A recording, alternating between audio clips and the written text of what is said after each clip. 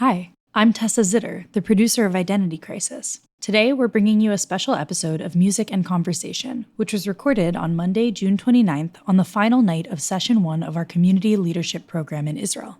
Every summer, hundreds of leaders and learners gather on our campus in Jerusalem to study with Hartman's lead faculty to explore the power of Jewish ideas and strengthen our understanding of the challenges that impact Jewish life. We hope you enjoy Yehuda and Shaanan Streett. I'll pass it over to Yehuda. We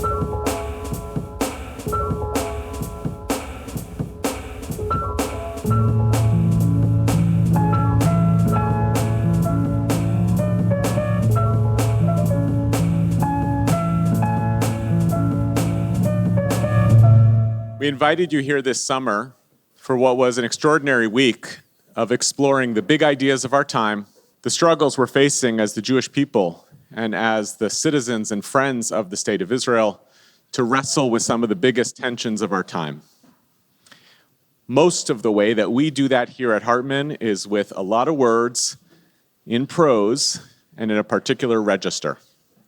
But the truth is, and we all know this, to really understand a society that is experiencing all sorts of tensions, to really wrestle with more intimately the struggles of being alive at any given time, you want to study a society, look to the culture makers, the critics, the shapers of ideas who operate beyond prose and move us and take us into a totally different place. And for me, I find the culture makers and shapers who tell the most interesting and complicated story, who weave together different genres of poetry and prose and art and music, come from the world of rap and hip-hop. I am thrilled, truly thrilled, and honored tonight to welcome the original icon of Israeli hip-hop, a genre he invented called Zionist hip-hop almost 30 years ago with the founding of his band Hadag Nahash, a powerful voice of both love and criticism here in Israel, a social activist, a peace activist, a Yerushalmi, a Jerusalemite. Folks, please welcome to the stage Shaanan Streett.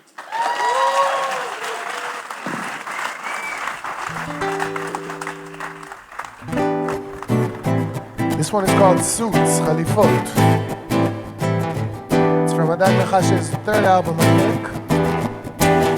From 2005, I think. Maybe 2004.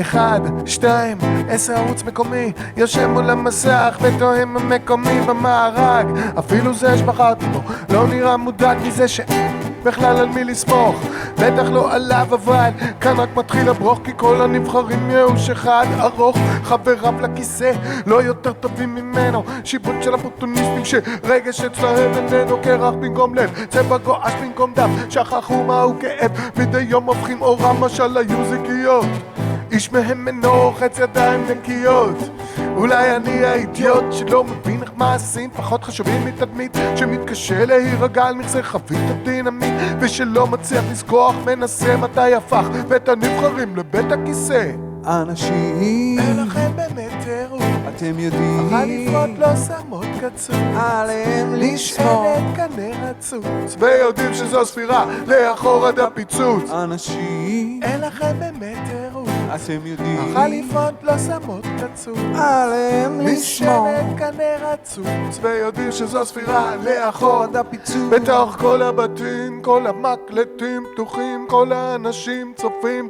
באותם ערוצים שמשדרים באותן השעות את כל החליפות במדות יותר מדי גדולות מפריחים הבטחות הנוגעות לצרות שכל האנשים בתוך כל הבתים בהם כל המקלטים פתוחים אם אין בזה חדש אז זה לא חדשות המעגל הזה חייב להישבר החליפות איבדו מזמן את הזכות לדבר אינטונציה של מטיף בטון תקיף כאילו אני לא יודע שאת עצמך אתה מקיף באלף ואחד מקורבים לקקנים יועצים מאפרים כותבי נאומים אדון חליפה לא נטפל אליך סתם אני זה שמשלם את המשכורת של כולם אנשים אתם יודעים החליפות לא שמות קצוץ עליהם לשמור נשענת כנר רצוץ ויודעים שזו ספירה לאחור עד הפיצוץ. אנשים, אין לכם באמת תירוץ, אתם יודעים, החליפות לא שמות קצוץ, עליהם מי לשמור. שלם קנה רצוץ, ויודעים שזו ספירה לאחור עד הפיצוץ. החליפה רוצה מצלמה, הערוץ רוצה לשדר לכן, רק האנשים יכולים לייצר אפיק אחר, כביש עוקף חליפות, שווה להתאמץ בשבילו, זה יכול לקרות רק יחד, לא אישיש לעצמו. דמיינו לעצמכם שכולנו נעשה את המרב, לצאת מהמצב אליו נקלענו, לא נרשה להם להתעלל בחסכונות, להכניס ליד המיוזעת שלהם לתוך הקצבאות, להפלות בין אלמנות, לסכסך בין פעילים, לגזור קופון גם על חשבון אחינו הנכים. דמיינו לעצמכם שניקח אחריות על גורלנו, נפסיק לתת לחרות לחרבן גם עלינו, נבין שההבדל בין בני מיעוטים לטובי בנינו איננו, נשאיר מבט אל אויבינו ונאמר דיינו, את החליפות נחזיר למקומן הנכון, עמוק עמוק לתוך דפי העיתון. אין לכם באמת תירוץ, החליפות לא שמות קצוץ, משענת קנה רצוץ, ויודעים שזו ספירה לאחור עד הפיצוץ. אנשים, יו, אין לכם באמת תירוץ, אתם יודעים, החליפות לא שמות קצוץ, עליהם לשמור. משענת קנה רצוץ, ויודעים שזו ספירה לאחור עד הפיצוץ.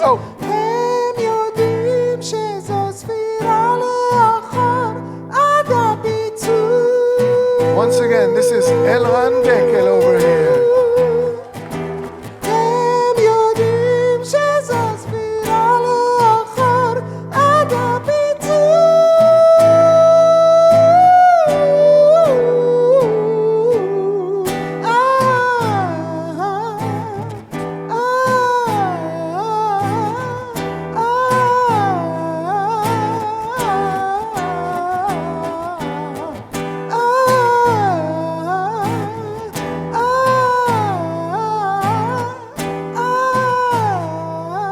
ויודעים שזו ספירה לאחור עד הפיצוץ.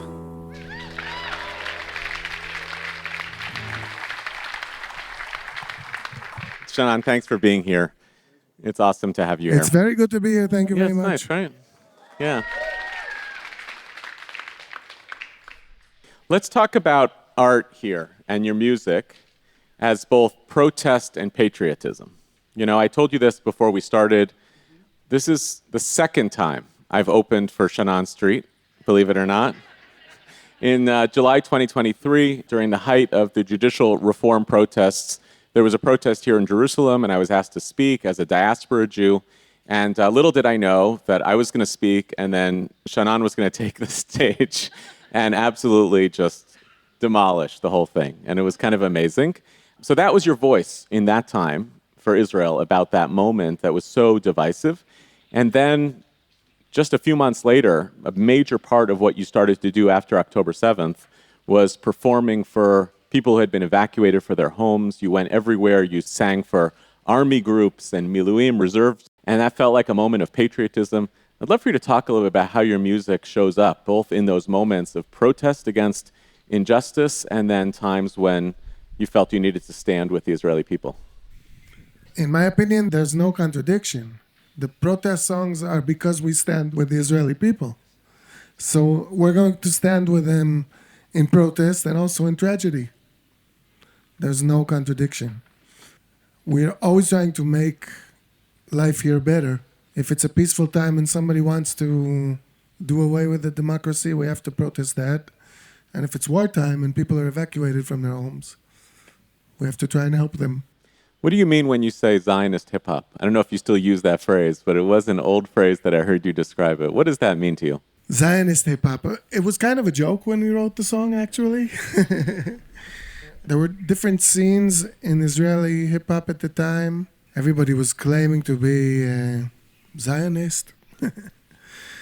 We told a story. That specific song, which is called Zionist hip-hop, is based on a television show that we all grew up on in the 70s and 80s when there was one channel here. It was a program to teach people English called Gabby and Debbie, and they would have a magic stick, and with their magic stick they would go to different places in the world and speak English over there.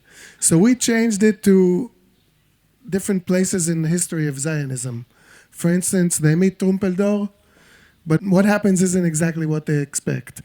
They meet Herzl leaning on the terrace, and what happens in that meeting isn't exactly what they expect. And the chorus is, Hadag Nahash is telling you Israel, Zionist hip-hop.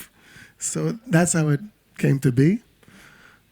And what has it meant to you to be a leader in this kind of music scene over the last 30 years? What has changed in the hip-hop scene? You know, what about it remains political? How much of it can you just move into world music? What's also specific about trying to do hip-hop here? Well, that's actually a rather broad question, at least for me, because it's my life for the past 30 years. So I definitely saw Israeli hip-hop being born, and I saw it evolved, and I saw it almost die and then come back again.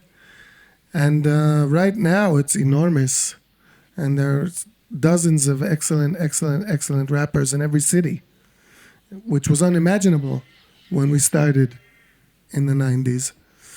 So it's great to be part of that and to see how it unfolded. In terms of protest, I think hip-hop is still the strongest musical protest tool that we have in this country. There are some protest songs in other genres, but somehow in hip-hop it makes it a bit more concise and to the point. That flavor suits it well, the protest flavor. And I think, to be honest, and also maybe not so modest, the fact that we were writing protest songs from the mid-90s allowed other people to do so as well. It's like, this is a branch, a type of Israeli hip-hop from the get-go.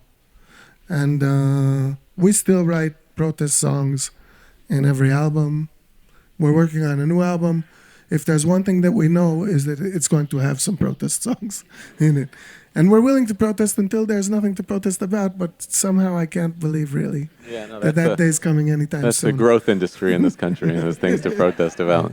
I want to go back to that time right after October 7th, and when you were traveling around. I watched an interview in which you said that there were moments in that time where you felt you didn't have words. And I felt a tremendous pain hearing that, because your whole business is words, and a lot of words. The amount of words in a hip-hop song are just totally different than in a rock song. So can you describe a little bit what that felt like, both as a musician and as Israeli, to wrestle with that? I still get super emotional when I speak about this stuff because it's just so difficult. Such an enormous tragedy that hit everywhere. So I'll start with telling you as a musician, because I guess maybe it'll be easier for me to talk about it. And also, it was a special time because here we are performing 3 and 4 times a week for people who were evacuated from their homes or injured or even bereaved families. And our music, it's protest music, but it's happy music. And here are these people that are everything but being happy. And after a little while, we understood that our goal is to turn this group of bereaved individuals, of desperate, heartbroken individuals, our only goal is to turn them into an audience. If they turn into an audience, we did our job. If they're singing with us the chorus, if they're dancing 1 hour a day, 23 hours, suffer. 1 hour, we did our job. Now bear in mind that we didn't have a stage. Sometimes we didn't have speakers. We were just us, and they were just them. And we had to, we say in Hebrew, היינו צריכים לנצח. We had to win. This is the game, win. This is the game. Your audience just buried its parents. Win. So as a performer, it was a big deal. How are you going to win? But you go and you win. And this was the easier thing to speak about. What can I say? Hopefully, bad times lead to good times. I think I'll leave it at that. One of the things that I heard you say around that time when you were asked, why are you going to do all of these events, is you said, lechazek ulehitchazek. I understand what it means to strengthen those who are in suffering and a time of need, especially young people for whom this must have been just an incredible visit by you and a validation for them. What do you mean by lehitchazek, to be strengthened by that experience? What did you take away that made you feel stronger? You know, it wasn't only Hadag Nahash doing good deeds. It was dozens of percentages of the Israeli society. Driving, making food. You do it also because it makes you stronger. You benefit from it. Of course, you're assisting people in need.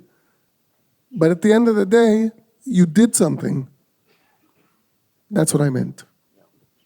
Around that time also, you released a song that was a direct response to a different Israeli piece of music that came out around that time. You did your homework. Oh, yes, I have to say. did. I do. That's what it's a living. You should pursue it. You're Yeah, very thank good you. at it. Thank you.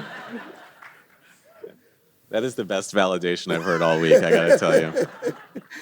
There was a very popular and very angry, very, very angry song that took over the airways here called Harbu Darbu, which was kind of like a militaristic mobilization song. And it really, I don't want to say, it was about really destroying everything in the path of the IDF. Yeah, it was like, we're going to show you. Yeah. You mess with us, we're going to It was show a you. revenge song. Yeah. And you released a counter song. So I did. I want to tell the story about the release of that song because it's also like, you know, there's a fellowship of musicians. So to respond to music with music, I'm just curious how that came about for you. So Harbu Darbu succeeded immensely. It was probably like Song of the Year.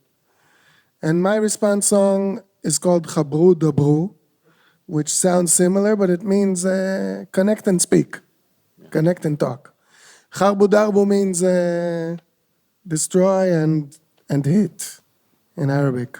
But my song, you change around the letters and it becomes connect and speak. Of course, it didn't do half as well as Harbu Darbu, but it was really fun to do it. And I performed with the creators of Harbu Darbu. They're actually like, they're okay, you know? They're not like crazy fascists. They're just like ordinary Israelis that were swept in the moment, you know, very humiliated, very angry. And that was their artistic response. Here and there I meet artists in the Israeli music hemisphere, which I know are like way too extreme for me. It'll be hard for us to find some kind of common ground, you know, more than hello, hello. But these guys aren't like that.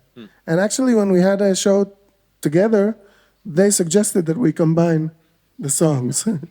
But we didn't do it, but they suggested it. So that also proved to me what I felt in the rehearsal studio, that they were like, you know, they had to say something, and this is what came out, you know.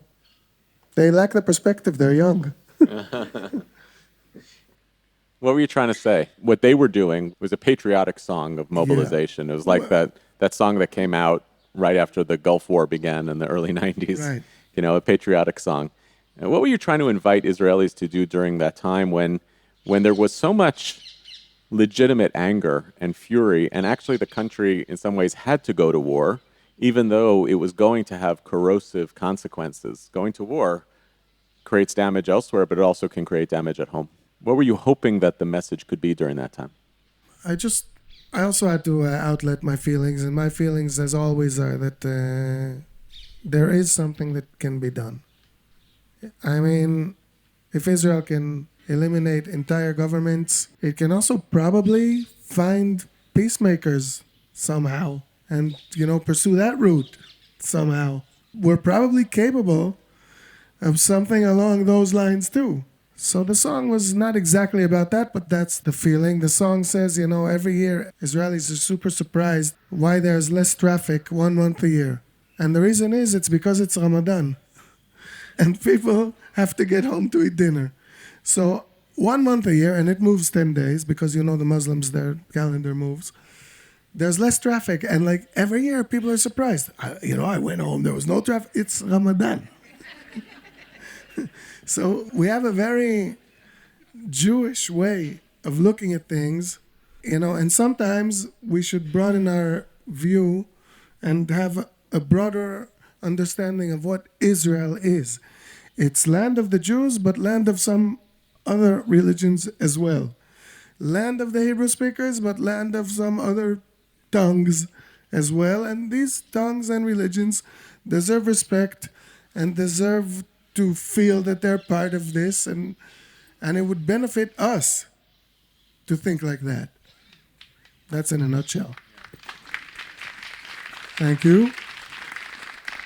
So in that spirit, one of the songs you released in the last couple of years was a song that you released in Arabic, fully in Arabic, beginning to end. I don't know if it was the first song you did in Arabic, but it definitely shows up highest on Spotify. And it's a beautiful song about peacemaking and relationships. And what's even better is watch the video, because it shows Shaanan just traveling around. And in Nazareth. We recorded in Nazareth, and we went with a film crew, and we filmed the process. Yeah, so tell me about the journey to that song and what it meant and what it did for your fans, So basically, when I turned 40, I gave myself a birthday present to study Arabic once a week, and I was pretty confident that within 2 or 3 years I'd be a professor.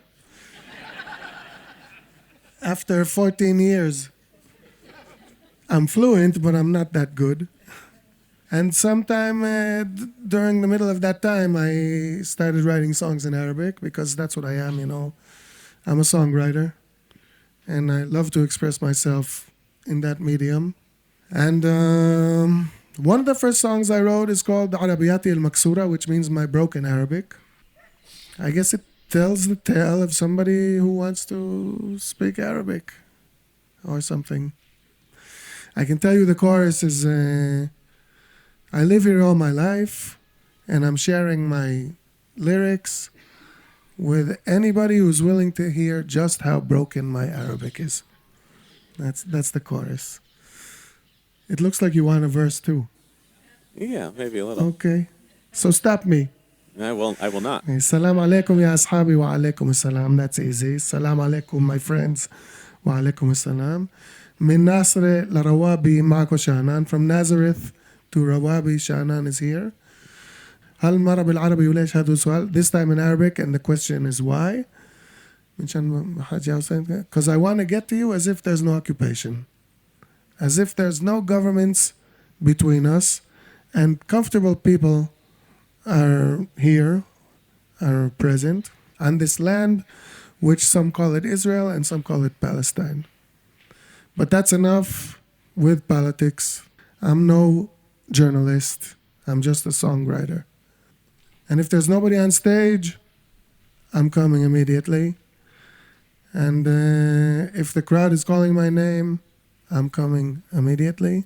And for me, it's just as comfortable as fool is comfortable with hummus. Yeah. I think you're going to perform it a little later. Yeah, sure. Yeah. Thank you. That's good. Yeah. Have you found any common cause with Palestinian artists and musicians? Have you found a listenership among Palestinians? Is music breaking down any boundaries Palestinian. here? What's that? Define Palestinian. I'll let Palestinians define Palestinians. There's Israeli so how can citizens. I answer your question? Yeah. Certainly, Palestinians who live as Israeli citizens, of course, Palestinians over the Green Line. Hadag Nahash performed with a Palestinian Israeli rapper named Tzaz on Motzei Shabbat in Jerusalem. Like I said, I recorded in Nazareth. The producer was a guy named Anan Ksim. We performed here in Jerusalem with a rapper from East Jerusalem named Muzi. Me and us were very open to this kind of cooperation, and we think it's important. So going back to earlier in your career, some of the earlier activism that you were kind of famous for, one of them was the Shekel Festival, where you performed or created actually major musical events around the country that you only charged a shekel for it. And the idea was to create cultural access, especially to people in the periphery. I'd love to talk a little bit about that, the mission behind that, what you think it helped create in Israel, visibility, things like that.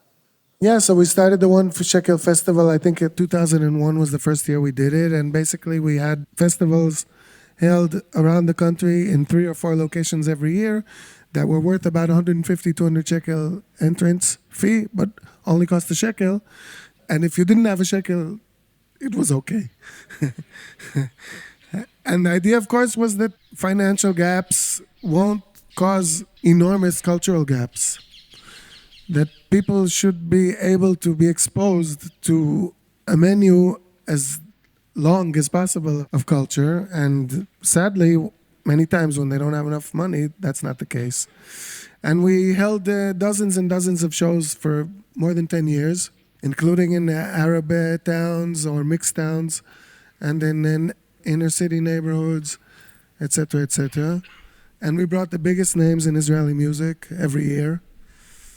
My wife was the CEO of the organization, and when my third daughter was born, I have 2 sons and a daughter, so we figured it was a bit too much for the household. But the One Shekel Festival still goes on with an organization called Tnuat Tarbut is running it. They changed it a little. They do it more in the neighborhoods, less big events, more like for communities, but I like that. I like that approach. I'm super proud of that. Then in 2019, we also did Hadag Nahash, something called the Sticker Festival. It was the first time anywhere that we knew of that we held a music festival, which was a cooperation with 25 organizations here in Israel. And the organizations had to pay a fee in order to be part of the event. And at the event, they put a stall and they could give out what they believed in, all the pamphlets or whatever. And also we produced a little video, 2-3 minute video for each one of the organizations and put it on our platforms. That was 2019. You all know what happened 2020, so that kind of like shifted. That festival is no longer with us. It's a corona victim. But after October 7th, we started another NGO called Hadagim, 100 Fish. And what we're doing now, mostly, basically I call it that we're doing cultural first aid. I know it's vague, but I like it vague, because you never know in this country what type of injury you're going to need to deal with. We'll need first aid. So in the beginning, it was really those shows that you said all over the country for soldiers and misplaced people, etc. And now what we're doing most of the time is workshops. Every member of Hadag Nahash has already led at least 2 workshops in the north and the south for Miluimnikim, for whatever. Each workshop is at least 8 meetings long. So I would go somewhere 8 times and help people write songs about what's going on inside. I heard that you described once in an interview that when you go to the band, because you've had a successful solo career and as the frontman for Hadag Nahash, which has been enormously successful for decades, I've heard you describe Hadag Nahash as a democracy, and I would say a functioning democracy as these things go. And you have all these talented musicians, you managed to stay together for a long time. I'm curious how that's held together and how you managed to kind of channel all of your talent into one really powerful super band. So like you insinuated, we don't channel all our talent into there because I have a solo career, but everybody in the band has a solo career. They're doing other stuff. And that's one of the secrets, But when we decide that it's time to work on Hadag Nahash, everything moves aside and we're working on Hadag Nahash. It is very democratic as bands go, and more so with the years. I don't like being interviewed all the time. I like sharing that, And we've been together since 96. This is our 30th year as a band. So there aren't there's the Rolling Stones. We have a ways to go before we reach them, but it's a while. 3 decades is a while. It was 96 to 2026. Our lives changed. We all became parents. None of us grandparents yet, but that's going to come soon. And throughout the years, people brought some good songs. People that weren't me, So I understood that my thing to do is to embrace this song and make it mine, make it ours. And of course, maybe I would bring an idea for the brass section or for the drums, even though I can't play either. But we all have a lot of experience by now. So even if I can't explain it in musical terms, it still might be a good idea and worth checking it out. And once we understood that we're all in this together and long term, it made things easier. Yeah. You call it democracy, we call it Beit Midrash. So it's a similar idea. I'll go back to the periphery for a second, because in addition to serving the periphery and the communities that needed cultural access, it seems to me that so many of Israel's great music comes from the periphery. I mean, famously, Sderot is like a factory producing some of Israel's best music. And I wonder if you could talk about that a little bit, because it feels to me like it's not surprising that so many musicians want to serve the periphery because many of them came from it. How do you understand that whole story of where music comes from in this country? It's an interesting point. Maybe that was part of the success of the One Shekel Festival, that people wanted to give back or something like that. But the center is where the talent is maybe shaped and marketed. But it's not where it's born, usually. Where it's born and first realized is in the periphery. The new voices are going to have to come from the periphery. The interesting voices, the ones that have a new sound, a new message, something new to say, generally speaking, everything happens everywhere. You know, let's not idolize. Some of the music from the periphery sucks. And some of the music from Ben Yehuda Street in Tel Aviv, the middle of the middle, is great. Everything happens. But we shouldn't close our ears to the sound coming from the periphery. We should be proud of every cultural activity that's happening in the periphery because it can enrich us all. I remember back in the 90s, there was so much music and energy around peace.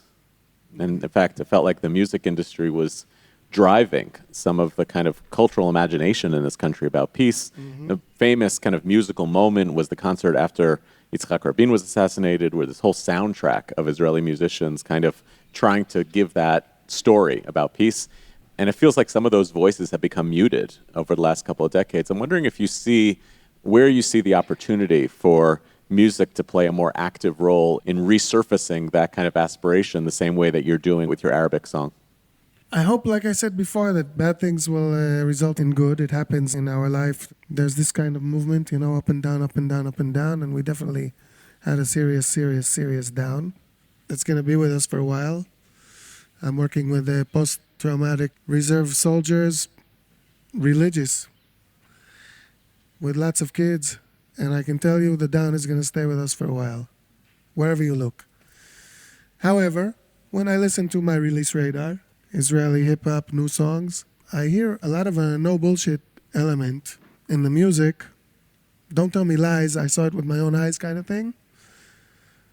And that could be meaningful, you know? Sometimes when people just say it the way it is, what they saw, what they felt, it can be beneficial. I'm hearing rappers speak a little differently. Yeah. Tell us about Jerusalem. This is your love. You've done a lot for this city. You've experimented with major social ventures. Tell us about your relationship to the city and what you've tried to do over the years, specifically for the city of Jerusalem. So I don't have a very good memory. And I try to use my remaining hard disk on the future and not on the past. But I was born here. I understand the city's uniqueness and its opportunities that only Jerusalem holds. The biggest one is that if this city can achieve peace, so problem solved. But if the rest of the country achieves peace without this city achieving it, problem exists. This city is where the key to the solution is hiding. It's here. Because this is where we have no clear majority. You have about 1/3 Haredim, 1/3 Palestinians, and 1/3 everything else. And if people can work it out here in a way that they embrace each other, they're proud of each other's existence and understand why the other group is important in building this place. Not why their group is important. That's easy. We're the only one doing this. We're the only ones doing that. But what are they doing to help you? If we can fix that puzzle, so I'm actually hopeful for the rest of the country. Where did you see sparks of that? And you opened a club in the Shuk for a while. Right. I had 3 bars. Yeah. And where did you see sparks of what you were hoping to achieve here? I see sparks in the supermarket, and I see sparks in the taxi when I speak Arabic to the drivers, and now I live right outside Jerusalem, so it's a 25-minute drive from the center. The first 10 minutes he's going to be answering me in Hebrew, but then he breaks and he starts answering in Arabic, and I see a spark over there, We're suddenly conversating on a non-political level, just on a human level. When you go to Kupat Cholim or whatever, and the line, it's multi-ethnic. People live together here. That just needs to be the narrative. That needs to be the story. They need to embrace it and be proud of it. It doesn't need to be, in the people's hearts, something that's a temporary problem, that all these people are here. No, that's the truth of the city, the truth of the country, the truth of the Middle East, and the truth of the world. If it can be embraced here, it can be embraced. What's the next 10 years going to look like for you? More Hadag Nahash. I'm finally comfortable with the fact that I'm an artist. It took a while, but nothing does it for me more than writing songs and performing. I understand what an enormous part it is of my sanity. I really think I'd go nuts without it. And the world tried me a few times in Corona. No performing. Every war, no performing. So when it comes back, I understand that I'm me again. So anyway, in short, I'll probably be doing more of that. I also plan to be at home more. I don't know how exactly those two things will work together. And I'm super proud of my kids who are 23, 20, and 17. My oldest kids are really in the beginning of, becoming grown-ups, and my daughter has to finish high school. So interesting things at home too. Yeah. Any musicians coming out of your household? At least 2, maybe 3. At least 2. My oldest performed last week his first show in Jerusalem in front of about 500 people. On the Midrechov, there was a hip-hop block party, and he opened for big Israeli names. Amazing. And my daughter has an album, and she's starting to produce it. So at least 2. Your life is music, and that's where you come alive. I'm going to get out of the way. Thank you for being here at Hartman with us. Thank you very much. Thank you for inviting me. And Thanks. one more time, Shaanan Streett. Thank you.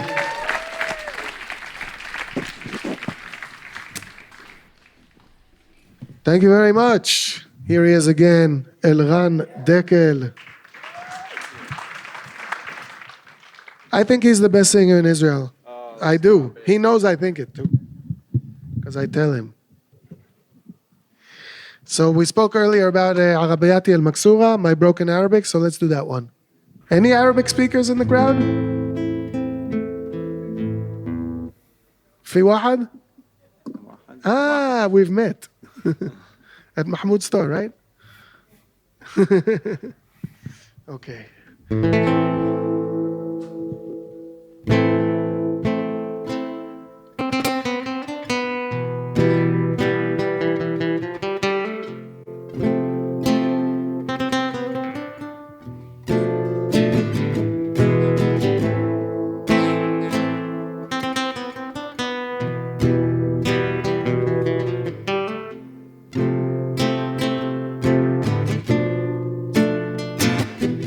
سلام عليكم يا أصحابي وعليكم السلام من الناصري لروابي معكم شأنان هالمرة بالعربي قول ليش هذا هو السؤال من شان بحاجة أصل عندكم كأنه ما في احتلال كأنه فيش حكومة بينا ومجرد ناس موجودين عهاي الأرض اللي بتسموها إسرائيل أو فلسطين بس بالكافي سياسي أنا مش صحافي يا أخي أنا إشي تاني يا أخي بس بكتب أغاني وإذا فيش حدا المسرح جايكوا عالطول وإذا ناقصك جولة تفرح جايكوا عالطول لما في جمهور بالنادي من شاني كل شي عادي بحس منيح بحس مريح زايح فوق وسط الفول عايشان طول حياتي وبتكاسم كلماتي مع كل اللي بدهم يسمعونا مكسورة عربياتي وانا عايشان طول حياتي وبتكاسم كلماتي مع كل اللي بدهم يسمعونا مكسورة عربياتي بعمري ما بكيت ويمكن بعرفش كيف ممكن إذا بديت وقفتش لأني ضعيف شوي مخيف أتعرف على إشي جديد بفكر أحسن هيك وأكتر مفيد أكيد في حزن وكتير بنعرف شو رح يصير أكيد وقتنا بكسر وإحنا خفاف زي عالصفير بطير من هاي الأفكار لمكان بدون حدود لمكان بدون جنود لمكان في خيال الأمل لسه عايش لسه بتنفس الأمل ما مات حتى لو بنحبس وأنا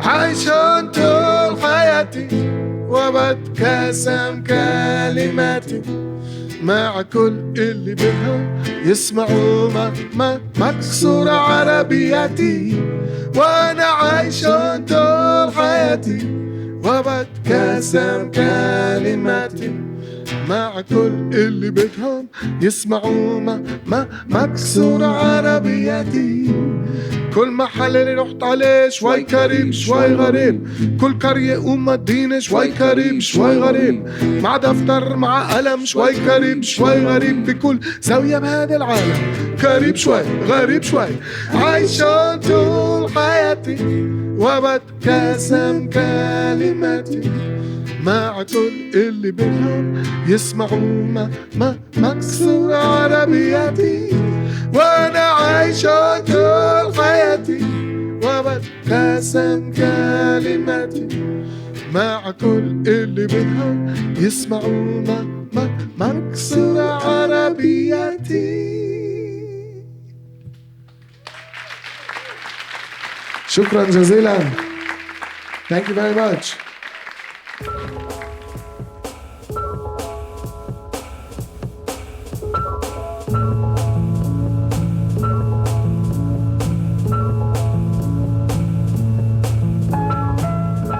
Thanks for listening to our show, and special thanks to our guest, Shaanan Streett. Identity Crisis is produced by me, Tessa Zitter. It is bittersweet for me to share that this is my last episode producing Identity Crisis, since I'm heading off to graduate school. Identity Crisis will be turned over to the capable hands of our new producer, Michelle Siegel. During my 3 years working on this show, it has been a privilege to hear the ways that these episodes have impacted you, our listeners. I have relished each opportunity to meet you in person at Identity Crisis live events and hear how you wrestle with this content each week. Thank you for your dedication. Our executive producer is Maytal Friedman. This episode was researched by Gabrielle Feinstone and edited by Josh Allen, with music provided by SoCalled. Transcripts of our show are now available on our website, typically a week after an episode airs. We're always looking for ideas for what we should cover on future episodes, so if you have a topic you'd like to hear about, or if you have comments about this episode, please write to us at identitycrisis@shalomhartman.org. For more ideas from the Shalom Hartman Institute about what's unfolding right now, sign up for our newsletter in the show notes and subscribe to this podcast everywhere podcasts are available. Thanks for listening.